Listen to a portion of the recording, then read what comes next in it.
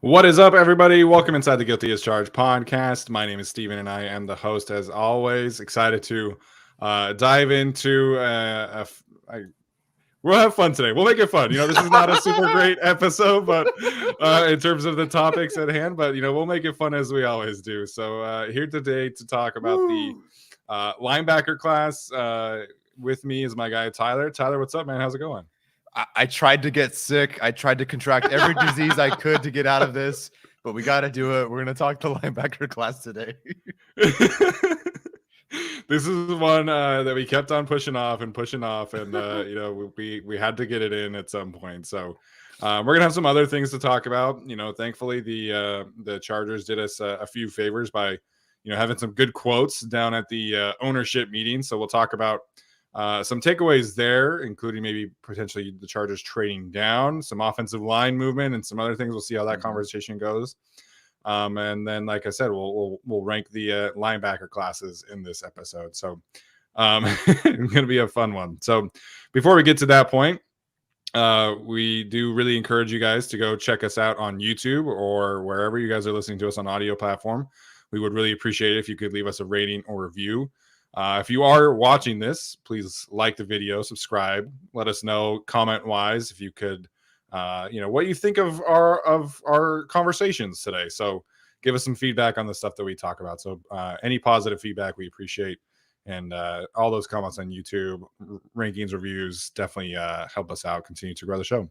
So that being said, Tyler, we'll start with some takeaways from the ownership meetings, from the media appearances from Brandon Staley and Tom Telesco. Did you have one in particular that really kind of caught your eye from this earlier this week?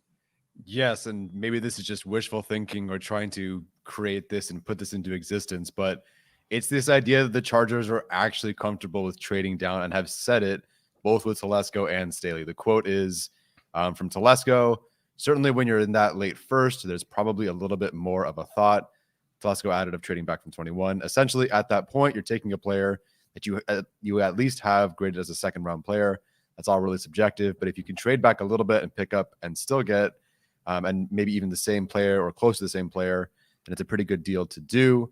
And then Staley later, or before I should say, echoed, "Where we're picking, it's wide open. I think in this draft, sort of later in the first round, early in the second round, there's going to be a bunch of good players there to draft. I know that Tom and I feel that way about this draft." Now, Telesco did say that there were 16 to 19 first-round grades they typically have. I don't know if that's his entire tenure. I don't know if that's just the Staley era, but going into this draft, it sounds like they're going to maybe have between 16 and 19. If I'm guessing based on this class, it's closer to 16 than 19. So to me, it's one of two things. One, somebody like a Bijan Robinson, who they probably have a first-round grade on, falls to them at 21. If not, they know that they're very comfortable with a lot of guys, as I think every Chargers fan is, and at least you and I are. They're comfortable trading back. And I think that, I know it's coach speak, they're probably saying all the right things anyway, but I genuinely do feel like this is the right class for that. Both of them saying the same thing at the same time, I think is notable. And I really do think that if you're Nolan Smith, Bijan Robinson, whoever they have a first round grade on is not there, I do think that they trade back. And I think that they haven't acquired enough players yet in free agency for me to say that they wouldn't do that, because I really think they're trying to bank on getting one or two more picks to really fill out the depth of their roster. Yeah, from a pure grade perspective, like I think that part of it is definitely important to touch on. I'm not grading quarterbacks this year. Right now I have 14 first round grades. This is a very low receiver class, and I haven't finished every like high end prospect. So maybe like a John Michael Schmitz, the center from Minnesota, kind of surprises me, and I end up putting him a first round grade on him. But for the most part, I don't think there's going to be another player that I'm going to definitely slap a first round grade on. So 14 for me, minus the quarterbacks, that kind of lines up with, like, generally speaking, where most people have this class, because obviously most people have a first round grade on the big four, if you will, in terms of quarterbacks. So, that part of this is really important, because at 21, sure, there's somebody that could drop to you. Maybe there's, like you're talking about, Bijan Robinson, Nolan Smith, because he's lighter. One of the tight ends, maybe, depending on how you feel about them and how you feel about Dalton Kincaid's back injury, which, as I've said before, shouldn't really be that much of a concern. So there's a chance that somebody falls to you at 21 because of the 4 quarterbacks, and that's something that Brandon Staley talked about. But there's also a chance that all of those guys are gone, that you're talking about, at that point being into the second round grades. And this is another thing I've talked about, at least on Twitter. Like, there's not really much of a difference between, player number 20 on your board and player number 40, right? Like, there's just not. And so, we've said from the beginning, like, trading down makes a lot of sense financially for this team. It makes a lot of sense from a depth perspective. Being able to get another top 100 pick would be huge. But this is really the first time I can remember that Tom Telesco has like openly talked about trading down this much leading into the draft. So, even at the combine, he was like, yeah, we have 7 picks right now. We might get 8 or 9. Who knows? It's like, oh, Tom Telesco talking about trading down? Like, what's going on right now? So it is notable, right? Because Tom doesn't let a lot of things slip. But this is now the second time that he's talked about trading down. So I think this is definitely important. I think it definitely is on their minds. It does take 2 to tango. You have to be able to convince a team, or, the board has to convince the team that they need to move up. So we'll see what ultimately happens there. But like I said, I think that it is definitely important that Tom Telesco is talking about it this openly already. Yeah, I'd be really curious. You'll never really know. They're not going to make this decision 2 days before the draft. It's going to be literally like, pick 19, pick 20. Then somebody's going to start calling them and, seeing what they can do. So I'd be really curious who they're comfortable moving away from. Like, if Bijan Robinson is there at 21, is it more worth it to you to trade back, let someone else take Bijan, and then get Brian Branch and use a 4th on a running back? Or I don't know, whatever it is. Like, sure. I'm curious what is more worth it to them, taking that player or trading back. Again, we've never seen it, but this regime, the Staley regime, is all about new things that we haven't seen from Tom Telesco. And so them trading back, I think, makes a ton of sense. I don't know who's involved with their like draft analysis of who, compensation here, trading here, going back. Oh, there goes my dog. So I don't know if like Cody Shada, for example, who I believe is no longer there. I don't believe, I don't know how involved he was, but he was a big analytics guy to the head coach. So maybe things change. But to me, like, looking at my board, who cares, right? But I haven't graded the tackles. I haven't graded the corners. I'm not really through all the safeties, but there's 20 something second round grades on guys sitting here. Yeah. And I'd be happy with a lot of like the 15 or so first guys on there in that second round range. So I think the Chargers feel the same way. I think most people in the draft feel the same way. The other thing is, though, if all of us want to trade down, we all believe that it's better to stack picks in this draft than move up. I think most teams are going to also feel that same way. Yeah. So it would just take, like, if the Chargers don't think like Lucas Van Ness is a fit for their team, it would take something like that, like where a team would want to go up and get a player that's really good, but that is also definitely not a fit for the Chargers defense or offense specifically, something like that. Yeah, Alex Katzen and I did the trade up video, and a lot of people did not like it, even though we were just like, running through some possibilities there. But in terms of trading down, like, I think traditionally speaking, obviously people will trade up for a quarterback.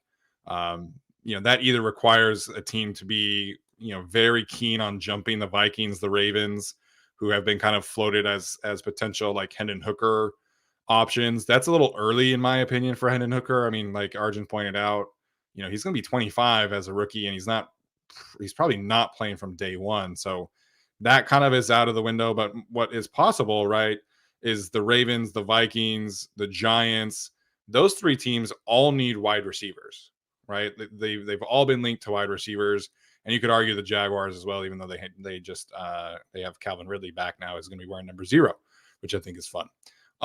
But trading up for a wide receiver, I think, is an important conversation here. And I know people will hate it if the Chargers trade down and whoever trades up with them is taking a wide receiver, especially if it's like Zay Flowers. But that's really like the most likely conversation there. Maybe it's a cornerback, because that's another one that That's a good point. The Ravens and Vikings both need a cornerback. So maybe if like Deontay Banks and Joey Porter are both on the board still, then maybe the Chargers are able to trade back a few spots and get to that point. But if you're wanting the Chargers to trade down, I think you want all of the receivers. I think Jackson Smith and Jigba has kind of done enough for him to probably go top 15. Yeah. But you want Jordan Addison, Zay Flowers, Quentin Johnston, Jalen Hyatt, all on the board at that point at pick 21. and then maybe you convince the Giants to move up a few spots and get the second receiver off of the board, and then you're sitting at pick 25, and you can take one of the pass rushers and take one of the tight ends at that point. So a trade down scenario I think is definitely possible this year, because the Chargers don't necessarily need a wide receiver, and that range like 21 to 25 seems like prime Quentin Johnston, Zay Flowers spots for this draft. Yeah, it's really all about flavor, and I'm happy with either. I was going through the list of players that are probably going to be there. When we do a mock draft, there's like 10 players that I'd be happy with at 21, honestly, and even some that are projected reaches, maybe like a Darnell Washington is sort of a projected reach right now. But I'd be happy with that too. So I'm all for it. I would love for the receivers to be on the board. It would be tough, if people really want Zay Flowers, of course, they trade back, don't get Zay Flowers. But I think that I just don't believe that they're going to go for receiver in round 1. Even if they do, if you're telling me, Zay Flowers at 21, or trade back and take Hyatt, and then with the 3rd or 4th you go get Tucker Kraft or something. Sorry, sure. I'm going to go get Hyatt and Tucker Kraft all day long. Yeah, we've talked about the wide receiver class a bunch at this point, so I don't want to like repeat takes here. Yeah. But I think the point that you made on Twitter the other day is important, because obviously we know that Tom Telesco has a type when it comes to wide receivers. And this is something that a lot of people who've been there have talked about, and whether that's Hayden Winks, who was in the Chargers office, or Brentley Weissman, they have a type. And Zay Flowers, Jordan Addison don't really fit that type. So I think that is an important conversation. And then you also brought up all of the receivers that have been in Dallas since Kellen Moore has been there, and it's the same kind of height, weight, speed guys. Like, I think CeeDee Lamb is more athletic than his RES would indicate, and I think that's been proven over time. But I have always had a hard time believing that Tom Telesco is going to sign off on taking a small receiver. Like, it's just not something we see traditionally. And again, like you're saying earlier, maybe Staley is kind of changing things up in that regard. But I don't know. I have a hard time picturing still to this day that Tom Telesco is going to draft a small wide receiver. Yeah, thank you for bringing up the point that I brought up that I forgot that I brought up. I just tweeted notable, notable Chargers and Dallas wide receivers. And I'll just go through real quick, like just the heights and even weights for that matter. 6'2", 206, 5'10", 163, 6'3", 204, 6'3", 6'2", 6 foot, 6'1", 6 foot, 6 foot, 6 foot, 6 foot, 6'1", 6'1". Yeah. The only person that they drafted that was under that was Tevin Reese, and he was cut before the season even started. And he was either a 6th or 7th round pick. I think it was a 7th round pick after Marion Grice from Arizona State. So why do I remember that? Oh, geez. So again, there's a lot of firsts, like you said, for this regime. A lot of different things that I wouldn't have expected. The Chargers never signed anyone after the draft. Lo and behold, 3 players after the draft last time that were notable. It just doesn't happen. So it could change. But to me, if I'm betting on the Chargers, I really think that even if Zay Flowers is sitting on the board, they'd be more likely to go for someone like a Jalen Hyatt. With that said, they've met with Zay Flowers, I think 2 times, Alex Katzen said. So there's at least interest there. Yeah, the Chargers have done a lot of homework on the Shrine Bowl guys this year. We know that Senior Bowl has been, big for them in the past, but we've heard more from the Shrine Bowl, standouts in that regard. So, good conversation about trading down. Hopefully it comes to fruition, man, because this team definitely needs more picks. I mean, now it's been coming out that they're interested in Max Duggan in this day 3 quarterback class. And if you're wasting one of your 7 picks on a backup on a 3rd quarterback, I don't know, man. Like, I think you probably need to trade down in order to make that a little bit more feasible. Yeah, I saw that. Fine. Was Palmer the same guy that worked with Herbert? Who works with Herbert? Same company. So okay. John Beck works right. under Jordan Palmer, who they do like private training. Cool. Kind of a branch off here from Renee. What do you think the chances of them completely trading out of the 1st round are?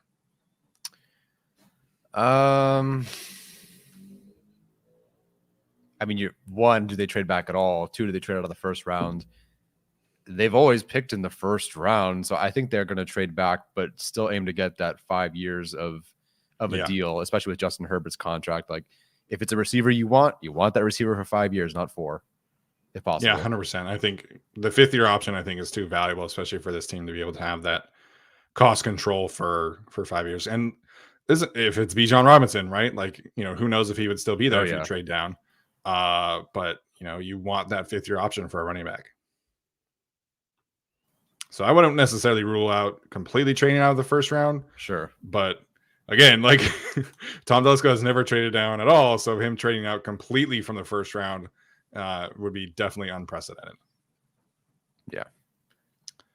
All right. So one of the other takeaways here from the media appearances has to be the offensive line conversation around Zion Johnson and Jamari Salyer. A little bit of a contradictory stance from the two, from the head coach and from the GM. Brandon Staley called left guard Jamari Salyer's natural position, and he's really emphasized continuity at this point. And then Tom Telesco says that no, Zion Johnson is switching back to his college left guard spot, and Jamari is going to play right guard. So, Tyler, where are you at with the whole changing positions here for Zion and Jamari? Well, my first thought was exactly where I was last year, which was, well, okay, if they change now, they won't have to change again. But then that's how I felt last year. Okay, Zion Johnson, he'll switch to right guard, but he'll never have to do it again. And so it'll be rough in year one, but then things will get figured out and we'll be good. The next decade or so, he's a right guard. That's fine. So them switching back, I don't know. I'm guessing this is sort of like more input. I think this one, if they had changed offensive line coaches, then like maybe, it would have been the offensive line coach or something. But to me, I feel like Kellen Moore wants something out of the left side of the line that Zion can provide over there. Frankly, the other thing too is that if you have to prioritize somebody in this offense, on the offensive line between Jamari and Zion, you have to prove that you were right with Zion Johnson. He's your first round pick. You invested the most in him. And so I think you have to set him up to succeed the most to kind of show that you made the right pick. And so I think that this also sets up Zion to be the most successful he can be. I think moving forward back to the quote unquote natural position between Rashawn Slater and Corey Linsley, it will literally never get better than that in his entire career. That is as good as it's going to get ever, I think, for Zion Johnson. So I was puzzled at first. I don't like the idea of assuming Jamari can now just pick up right guard. The idea was he worked at left guard. Yeah, he was solid at left tackle, but like he was always on the left side of the line. You're doing things a certain way from the left side. Switching to right guard next to, Trey Pipkins, who he doesn't have that same chemistry with. I have more question marks about Jamari now, and he's the player that, coming out of the draft, you had more question marks about. So, I think Zion has shown enough, and of course in college, where I think I'm fine with this. He's going to be awesome. I don't worry about Zion. Now it's more about Jamari and me worrying that, like, I don't know for sure how this is going to work out, and I think he would be better suited to be between, Linsley and Slater because they're the better players, can work with him more. But again, if this works out, all good. I guess it doesn't really matter in the end. I think even Telesco said, like, I don't know, right guard, left guard, who cares? Which, whatever, that's a bit head scratching, but let it work, I guess. Yeah, I mean, everything that the Chargers have done from an offensive line perspective since Brandon Staley took over has been to minimize moving spots, maximize continuity. And we've seen that time and time again, whether that's, inserting Storm Norton and right tackle, whether that's, not being super flexible with Trey in 2021, whether that's, left tackle, or that's the game that Matt Filer missed, right? Like, Matt Filer never playing right tackle. Like, everything has been about maximizing continuity, minimizing the risk of switching positions. So I have a hard time believing that this is ultimately what happens. Like, I think from a Zion perspective, getting him back to where he feels comfortable, 100%. I get that. I think that he showed enough flexibility to be able to play on the right side. And we talked about, his successes last year as a right guard and being able to, handle the responsibility that they were giving him as kind of the linchpin of the run game, and also handling one-on-one protections against some of the best defensive tackles in the league. So I think Zion showed enough last year for me to think that he can still reach that ceiling at right guard that you would have him as playing as a left guard. Same thing with Jamari. I'm comfortable with him switching. He played right guard a little bit in college. But like part of the reason I wanted Trey Pipkins back so heavily was so Zion and Trey could continue to build off of last year. And like that continuity to me matters so much. And I think it matters in general, right? So it's an interesting balance because like pretty clearly, like Zion's better than Jamari, Rashawn is better than Trey. So do you want to balance out the talent, or do you want to say we're just going to assemble the ass kicking left side as much as we possibly can? Which in a vacuum is going to be a ton of fun. I'm going to love watching Rashawn Slater and Zion Johnson working together.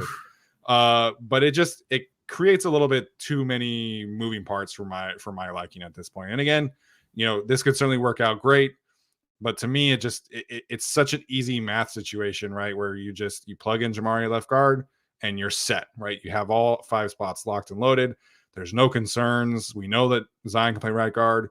We know that Jamari can play left guard, and let's just rock and roll with that group. So I like in a vacuum, I like the solution, but I think it does create a little too many moving parts, in my opinion. Of course, I'm trying to type in one more thing. I was looking at Dylan Parham from last year. Someone tweeted this out, and I thought it was interesting, where Parham played his natural college position for 2 games for the Raiders and gave up like 2 pressures in those games. And then they switched him to the other side, the other guard spot, and he gave up 50 something throughout the entire season. But it just kind of stuck out in my brain for something like Zion Johnson. I really just think you think they're not going to move these guys. I think they are. I think that they're going to prioritize Zion's development and keep him there forever. Because if Jamari doesn't work out, you just replace him with the next guy, the next free agent. He's a 6th-round pick. Like to them, he's a 6th-round pick who's played great, but he's a 6th-round pick. Zion has to work. He has to hit. You're going to pay him a lot of money. You have to make him work. So I think you put him at left guard, and then Jamari, you get your shot at right guard. You draft someone in the draft. It doesn't work out. There's someone in 2024 that's different. Sure, I think that's totally possible as well. I guess we'll see what happens there. All right, one other thing that I did want to touch on here, just at least briefly, was Brandon Staley's quote about Eric Kendricks. We obviously talked a lot about the departed player, but we haven't really talked a ton about like what Eric Kendricks is actually going to bring to this team. And I thought that Brandon Staley's quote about Eric Kendricks really stood out to me. So Staley said, quote, "He's one of the most complete linebackers in the last decade. You're talking about 5 to 7 players that are as complete as a linebacker as he is. His instincts, his key diagnose, his ability to communicate, and that energy in the middle, a true commander. A tackling machine sideline to sideline in the box, physicality. He's one of the best passing game linebackers in the last decade. He comes from a pattern match scheme in Mike Zimmer, which is how we play. So the scheme transition is seamless," end quote. So I thought that the way that he was talking about Eric Kendricks was really insightful to why they wanted to go out and sign him. And, we've heard little bits and pieces from like Troy Reader has talked about it, and Tranquil and Kaiser White about just like the mental capacity you have to play linebacker in this kind of system. And I think it's pretty clear that Staley is very, very excited to work with somebody like Eric Kendricks, who has that kind of experience in a similar system, which I thought was also kind of interesting because you don't usually hear like Mike Zimmer, Vic Fangio being similar schemes. So I thought his quote about Eric Kendricks definitely stood out. Yeah, I had to do a double take with that scheme comparison. The quotes, the comments really kind of remind me of how we talked about Bryce Callahan last year, where it's like, this is one of the best slot corners in the league. We're going to have guys maybe come in and compete or whatever. Like Jaw Taylor will get some reps, or maybe ASJ will get some reps. But Bryce Callahan's one of the best slot corners in the league, and he's going to start, and he's going to be awesome. And lo and behold, he was. Again, he was very effusive of his praise for JC Jackson. That didn't work out as much, but we didn't really get to see that. But Kendricks, man, like the way he was describing him, not that I expect him to say anything all that different, but he really believes in this guy. Like from the jump, it's just like enamored with Eric Kendricks and what he can do. And it sounds like, there's a couple quotes later on too about safety as well. It's all about with this team, and it always has been for this team, about the mental processing. He said, I think Staley, the second week of training camp, was saying that one of the things that most impressed him about his defense was that he could close his eyes and know what's going on because of the way the defense was communicating. And so he's going, okay, the defense is starting to pick it up. Now, has it been good? I don't know, but but the communication is there, and they're trying to pick up the cues of what they need. And I think that having Kendricks there, just again, if he feels that the scheme is similar enough, if he's that good, he's that cerebral, that means a lot for this defense. And they need to improve in the run game. They need to improve in, again, coverage. They need to improve in several areas, and they're all in on this guy, Eric Kendricks. And I think that I'm honestly very excited for this, because we've seen two players break out back-to-back years, but we've never seen a player who's legitimately for years and years and years been a legit Pro Bowl, all-pro sort of kind of caliber linebacker over and over and over again. And I think just having that stability going into this year, yeah, maybe there's some hiccups early on because he's new to this team, but it's so nice to have someone is like, that's 150 tackles. That's a guy who can make the Pro Bowl right there, right now. That's the guy that we have at my middle linebacker right now.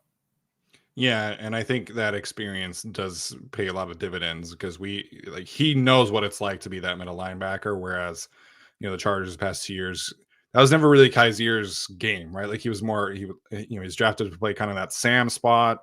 He was always off the ball, he was on the weak side. And then same thing with Tranquil. Tranquil was always on the weak side, and now you're talking about different responsibilities. Whereas now with Eric Kendricks, like day one, like he's going to come in and he's going to know exactly what they're asking of him. He's going to know exactly how to handle things, and I think that is definitely, an important aspect of that signing. Yeah, absolutely. Oh, hey, Arjun. Yeah, Arjun's in the chat as well. So, all right. So let's. The time has come, Tyler. Unless you have another takeaway from the comments from earlier this week.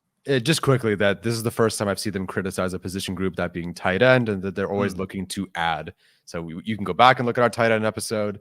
But I think that's the first group I can recall, at least the decision makers, criticizing a position group so far.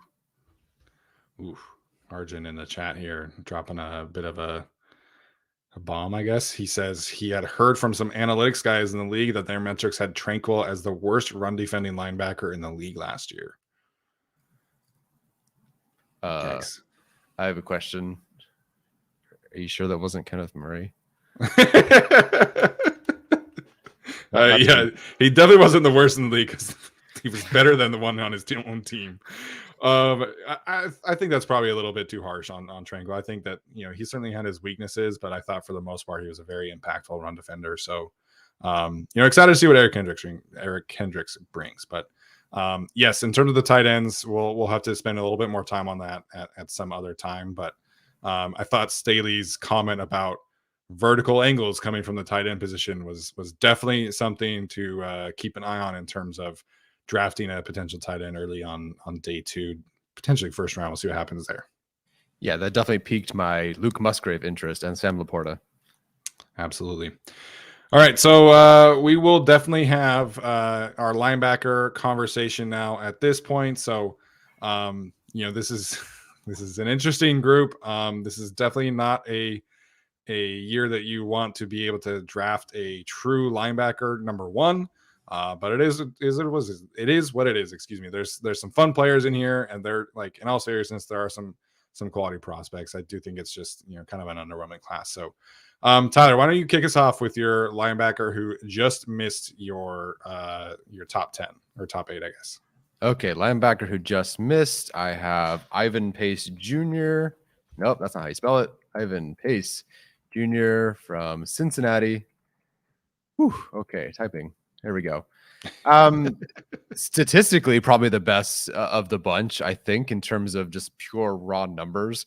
But as you'll see with kind of the theme of a lot of the linebackers here, he was used exclusively as that blitzing, rush, attack guy at Cincinnati, at least from what I saw. And that netted him 55 pressures, 12 sacks, 69 run stops, which is insane production. And from the perspective of a guy, you can utilize on special teams, develop over time, use him to attack. We know Staley loves to blitz. A lot of teams love to blitz. I'm sure the Chiefs will, use him to blitz all the time.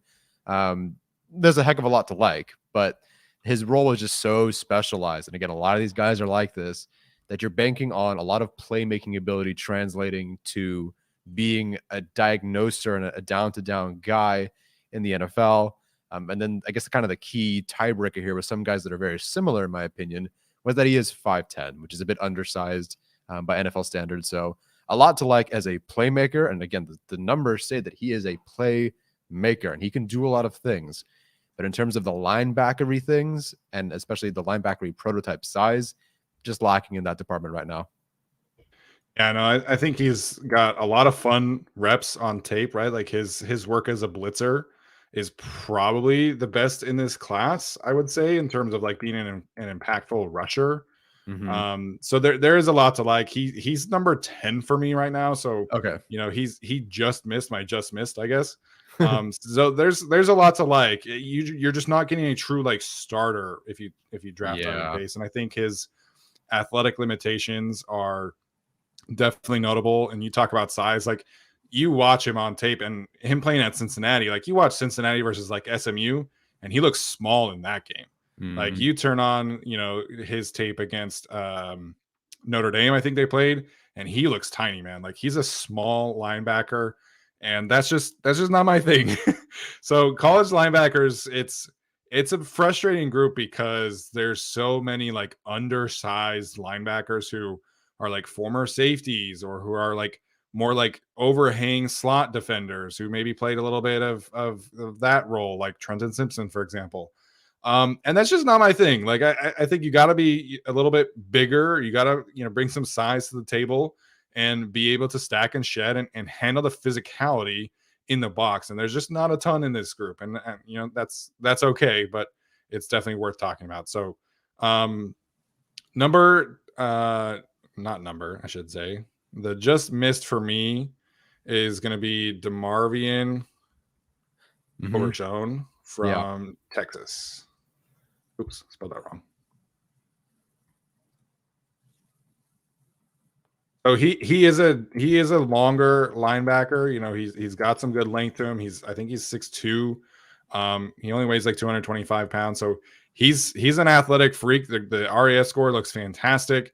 You can see the range. You can see, the speed popping up from time to time. You can see him excelling in coverage at certain times, especially zone coverages.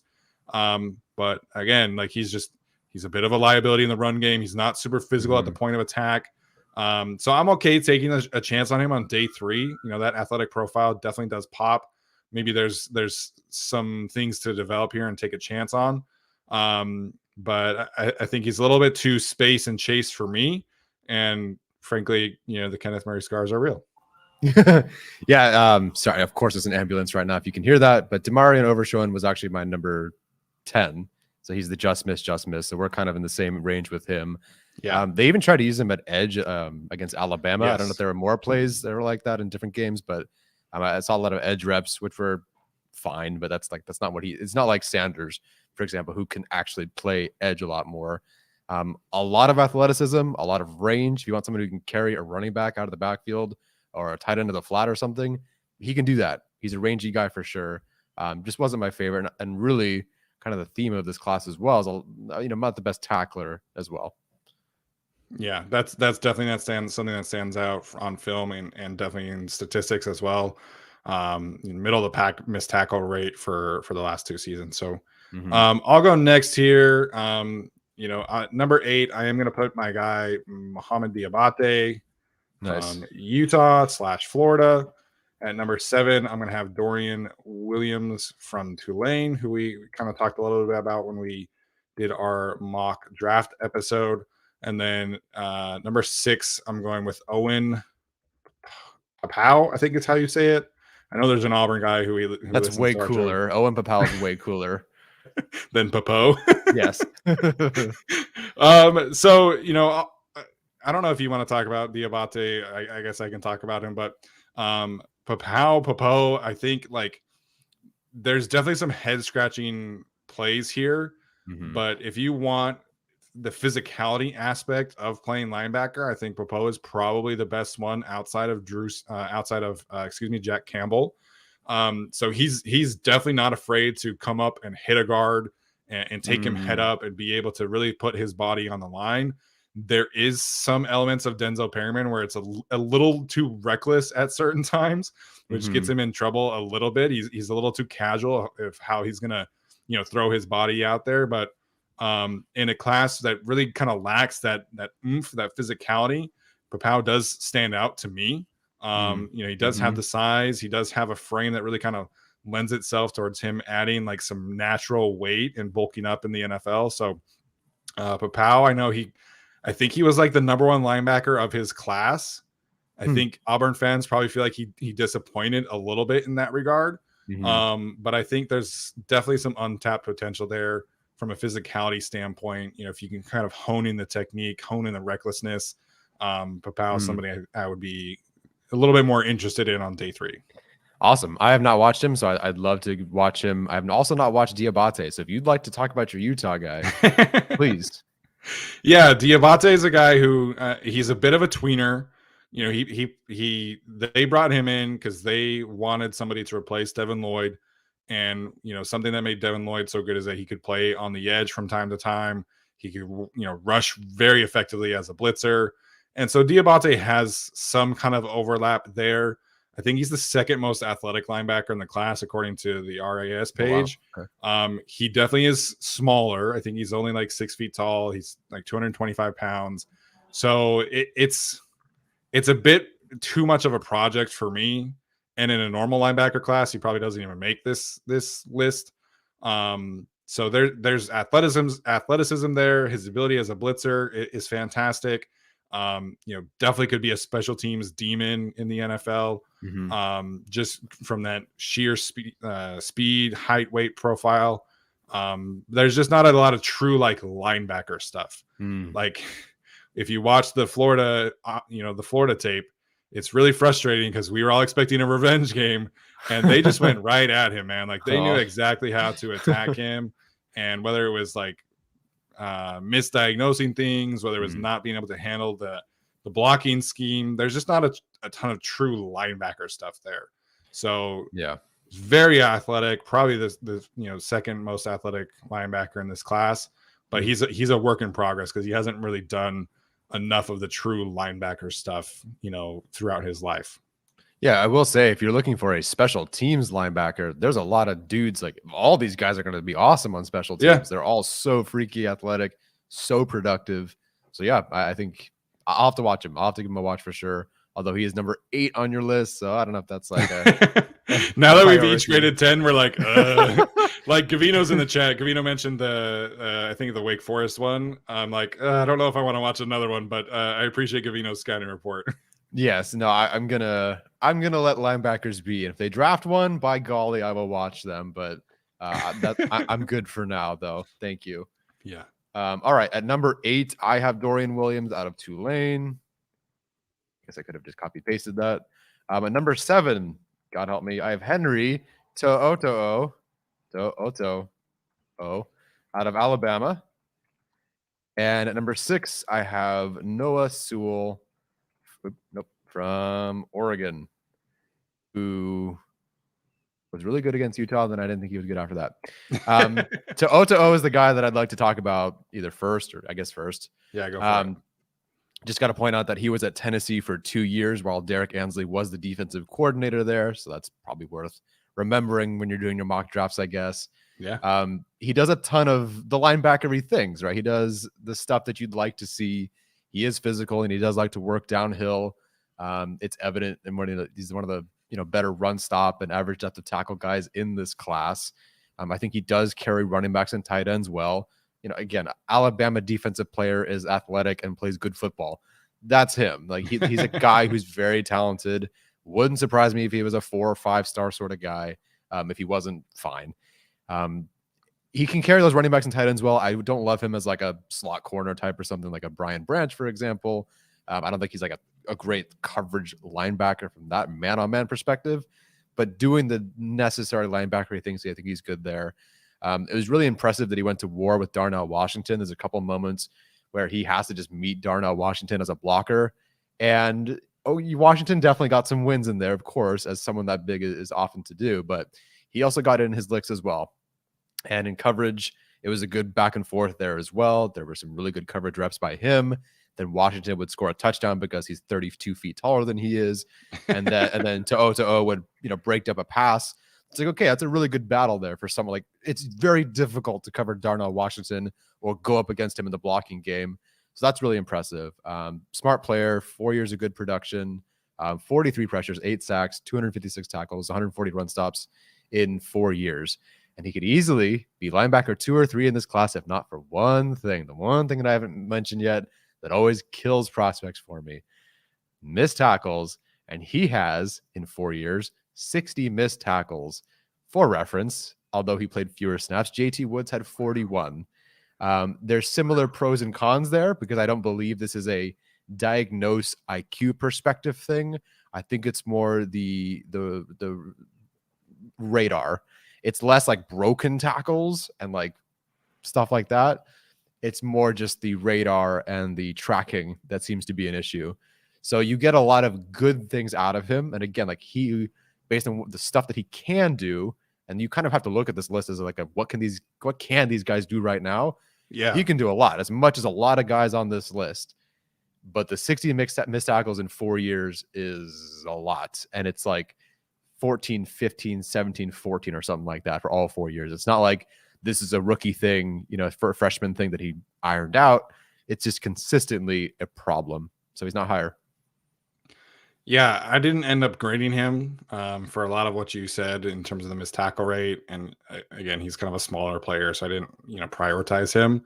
I think his RES isn't necessarily that great either, but when you're watching Alabama, he's definitely somebody that pops out, right? He's definitely somebody that is able to, showcase his ability to properly diagnose somebody. And I think he's, in terms of like college linebacker, I think he's definitely one of the more consistent linebackers that you watch. Mm-hmm. I just questioned, like, really, how does his size and athletic profile really translate to the NFL? So I didn't necessarily prioritize grading him in this class. Yeah, I get it. All right, so you have Noah Sewell at number 5, at number 6. I have him at number 5. I wish this were differently, because like, in a class that like really needs like some physicality and size, like Noah Sewell should be that guy. And I think he showed glimpses of being that guy earlier in his career. But it was not a great season for him this past year at Oregon. So, that's why I have him lower. I wish. Oh, why is that so little? Okay, that's weird. Dean Henley. At number 4, I have Diane. I'm gonna say Diane. I don't know. Mr. Henley. And then number 3, I have Trenton Simpson from Clemson. So again, I'll talk about Sewell in kind of maybe a more positive light, because I do think that they're, again, like, the size really should stand out in this class. And he ran a little bit better than I think a lot of people were expecting at the combine. But if you're able to get the 2021 and 2020 versions of Noah Sewell back out of him, I think you can definitely get, a starter quality linebacker in this class. Like, I think if you are a scheme that can get him being aggressive and triggering downhill, you could potentially get the best linebacker in this class. But I think this past season in the Georgia scheme versus the previous Oregon scheme, because that's where their new head coach came from, I think he was asked to do a little too much like space and chase. And I think that really messed with his confidence. I think it put too much on his plate from a diagnosing standpoint.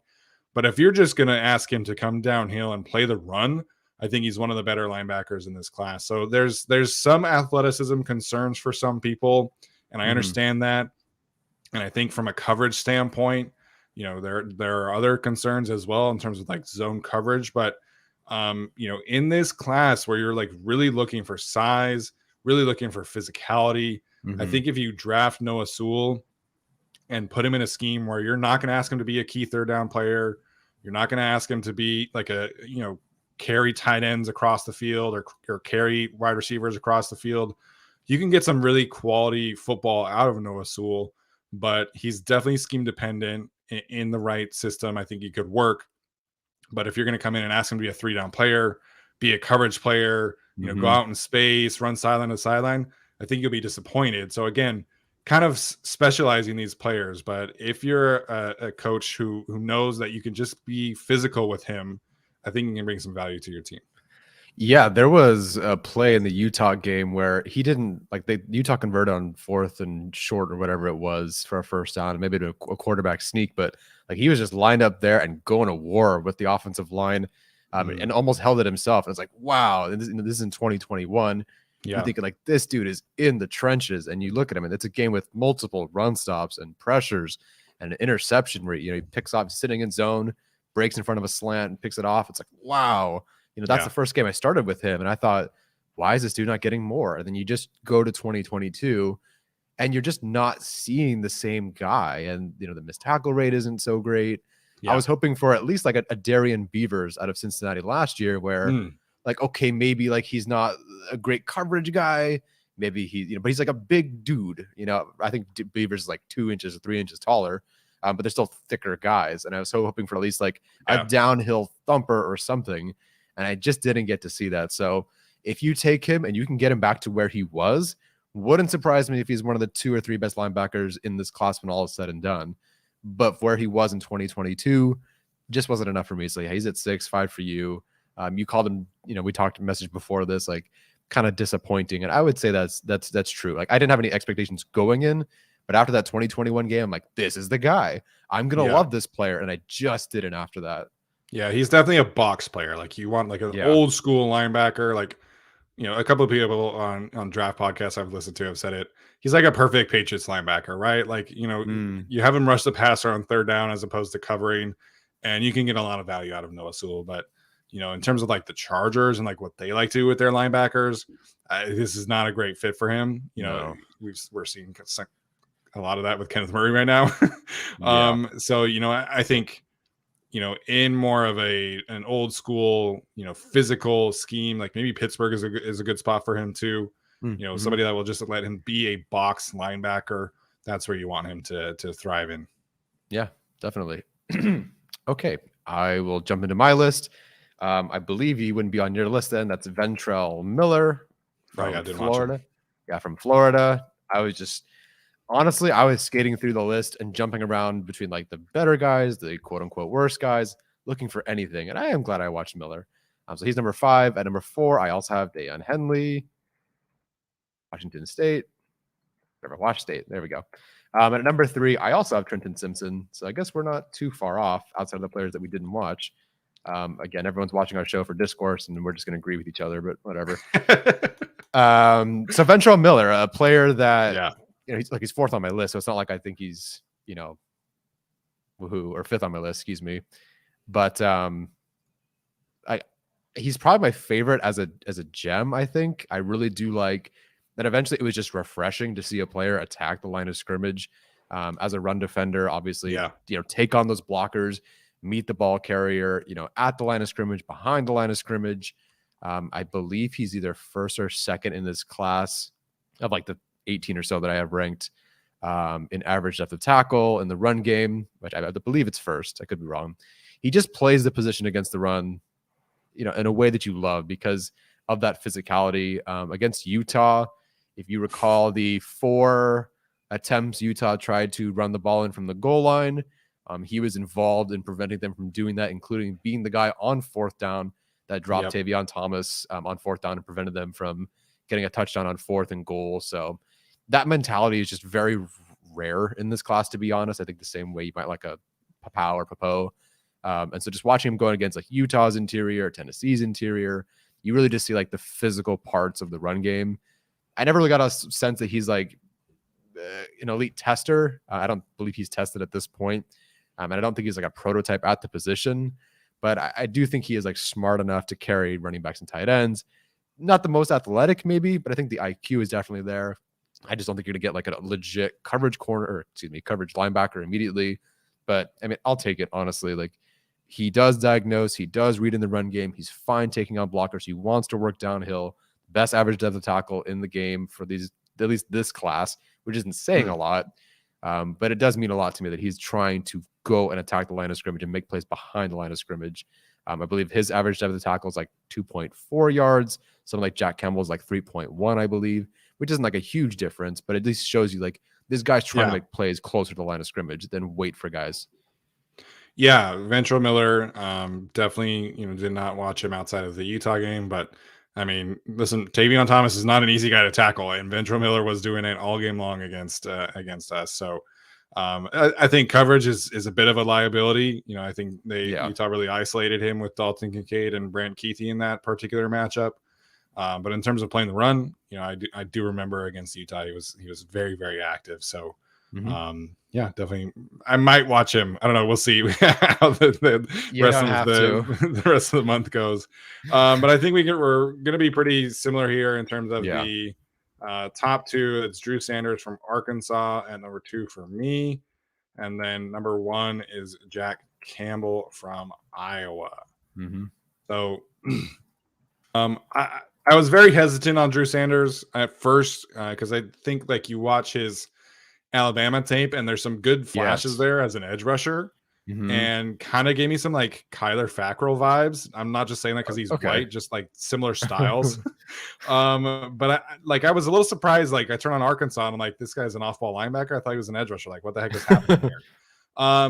But like from a frame standpoint, like I think he has a lot of upside there as a true linebacker because he has that length, he has that true like height, weight, speed profile. So I do like him as an edge rusher. I think that gives him a little bit more versatility because like this is not somebody who like, oh, occasionally he can line up on the edge. Like he was a straight up edge at Alabama, and now he's making the transition to linebacker. So that versatility, I think, definitely makes him, it gives him a leg up on the rest of this class because he can do more things. Definitely a work in progress when it comes to like playing the run, Yeah. but I think his length lends itself towards a profile that can really learn how to truly stack and shed, gives him Exactly. some advantages within the box. So he's not as refined. It's going to be a work in progress. If to me like this is the guy that I think the Chargers would be most interested in because he's able to do a lot more things from a versatility standpoint, and there's definitely some untapped potential there. I don't think the Chargers will be taking a linebacker in round two, where he's probably going to be going, but there's a lot to like here, whether or not you're talking about the frame, the versatility. He is somebody that I think would make a lot of sense for the Chargers. But, again, you're talking about having to take him in round two. I just can't really see that happening. Yeah, there's such a big projection with him here. I actually have Simpson Yeah. graded higher, but with Sanders, it's just like this dude played 5 box snaps before this past year. Yeah. And then all of a sudden he's got 700 something, and he's I think he's 21 years old. So a lot of these guys you're watching him, it's like, dude, you're in your 6th year. What are we doing? Drew Sanders, 21 years old, so much room to grow. That he was able to do all the things that he did as a linebacker, never playing linebacker, is really impressive. Yeah. And you just see the player that had to play edge, the stacking and shedding he had to do at the line against tackles, against other tight ends. Like this dude can be really physical. Like this dude has the physical profile to eat up climbers at the second level. Right. He just needs to get better at diagnosing these things. If this were a player that had started at linebacker for 3 years, and this was his natural position, he'd be, 10th, 9th, 8th, I don't know, maybe on my list, because you're worried about what he's showing. But this dude just started playing linebacker. And not that edge rusher is so far from linebacker. It's not like he's switching from tight end to linebacker, but still, like, there's a lot of diagnosing the way you see It's definitely different. Yeah. It's definitely different. And like the way he sees things, it's not quite there yet. But then sometimes he'll just be like, okay, I'm going to go kill that guy. And he's going to stack and shed and throw guys. And you think, man, like if D'Amico Ryan's at Houston or the Niners or whoever, I don't know what systems they prefer, like what they would do with him, but like these guys that can develop linebackers, take someone like a Fred Warner and develop him. Yeah. If you're really good at developing a linebacker and you feel comfortable with that, Drew Sanders is going to be awesome. If he goes somewhere where haven't really seen great linebacker development, you probably don't hear from him. But if you can develop this dude because of what he showed in just 1 year, after only 5 snaps in the box before that, could be amazing. Yeah, I think what was really one of the standouts for me for watching Drew Sanders was just like his range. And like there were a couple of times where like you could tell like he's like, okay, am I supposed to go here? I'm not really sure. But then he closes that gap in a hurry. And then like you said, like he packs a wall, man. Like he's physical. And I think that does stand out. So there's the diagnosing is a little bit, like I said, he's barely played linebacker. He grew up an edge rusher, and I think he was a tight end in high school as well. So he's played like one half of his season as a true linebacker, Yeah. because he was still doing kind of a hybrid thing.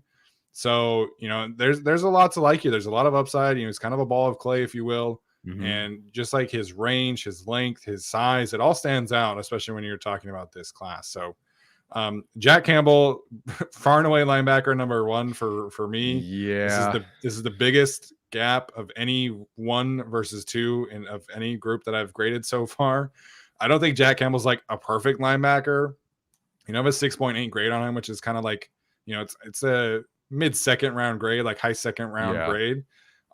He doesn't offer a ton as a pass rusher, but in a group where there's not a ton of like guys who are really going to come down and lay the wood and stack and shed and properly diagnose, like Jack Campbell is so refined at the true like linebacker stuff. He's going to come in, and I would not be surprised if he has like 95 tackles next year for whoever he plays for. So I like Jack Campbell a lot. It's a shame that the Chargers wouldn't be able to draft him, because him and Eric Kendricks would be super fun together. Yeah. But I just, there's so much to like here. It is kind of unfortunate that there's just like no chance the Chargers take him. Yeah, I know that he's kind of available in mock drafts in the second round. I don't know. I think when you are, at least in my opinion, so far and away the linebacker one of your group, I think that kind of pushes you up in a way. Even the linebacker sort of devalued. It's like, well, if we don't get Jack Campbell, who are we taking? And to me, he's just, you're looking for the safest guy possible sometimes, maybe someone back into the first round. I don't know. But at some point, you don't get maybe the number one guy on your board for like premium positions. But at some point, you just need a player who's going to hit. And literally, Jack Campbell will do that. And I think that he's just he's just safe from. I mean, look at the athletic profile. Tested amazing. Look at the film. He's the guy you are for sure that can actually play right away. Will he be better in Sanders than Sanders in 4 years? I don't know. If someone develops Sanders is probably better. But Jack Campbell right away is already very good, I think. Not elite. Nakobe Dean would be better. Devin Lloyd would be better.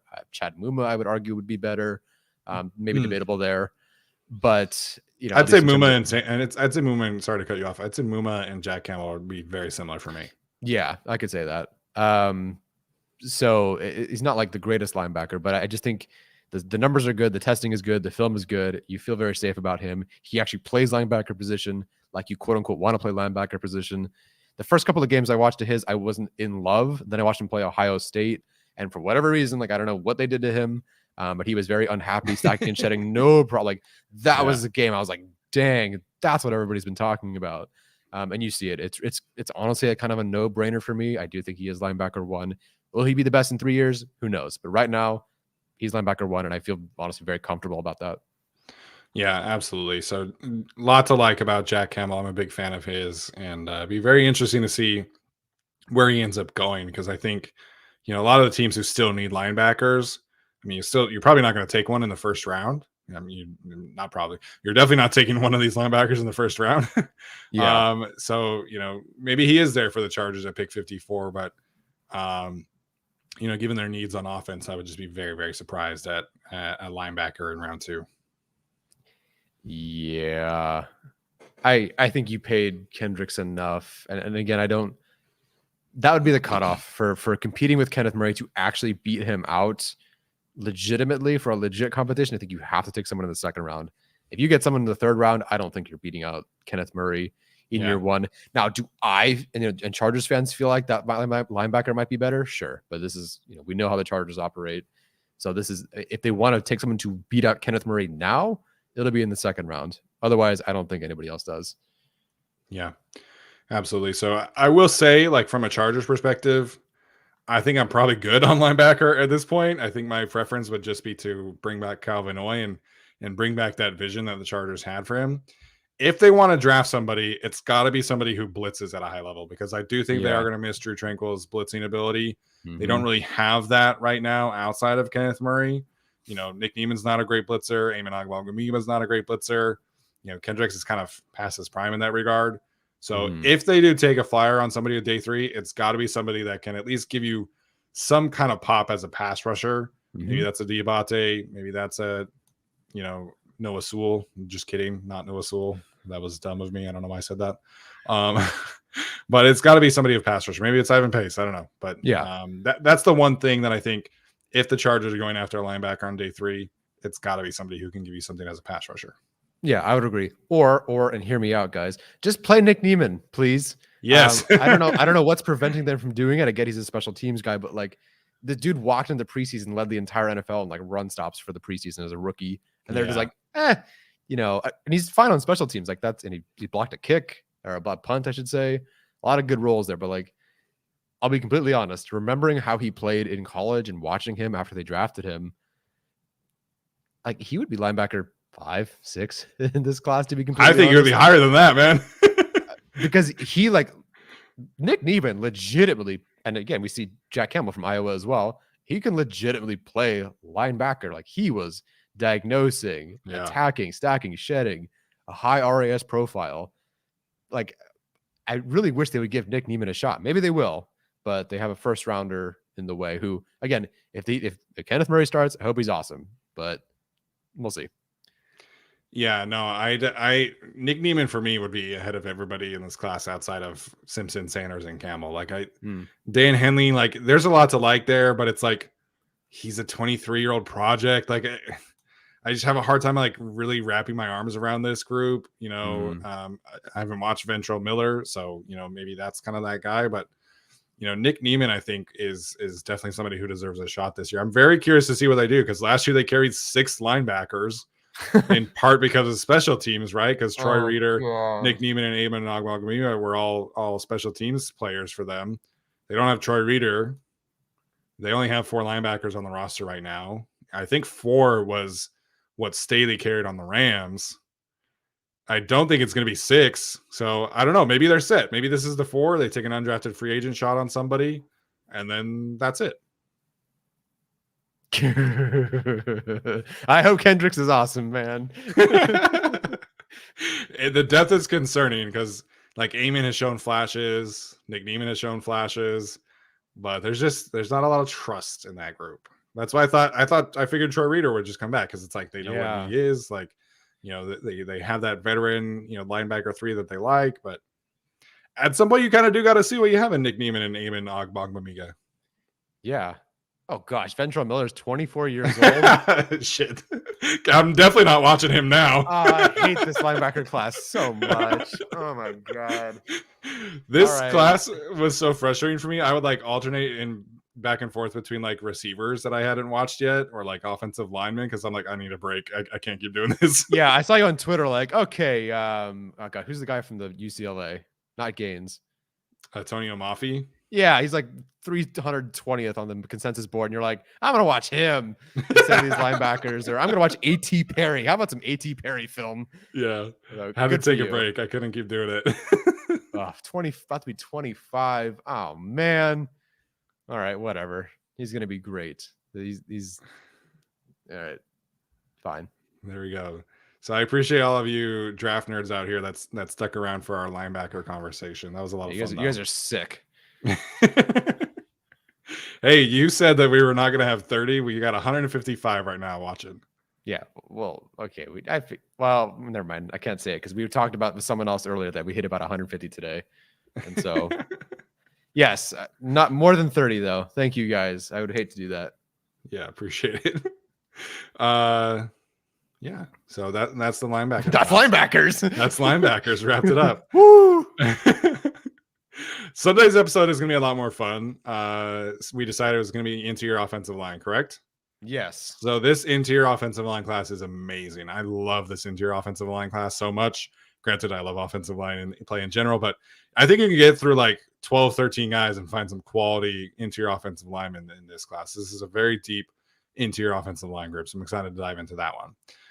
Tyler, any final thoughts before we head out? No, let me get out of here.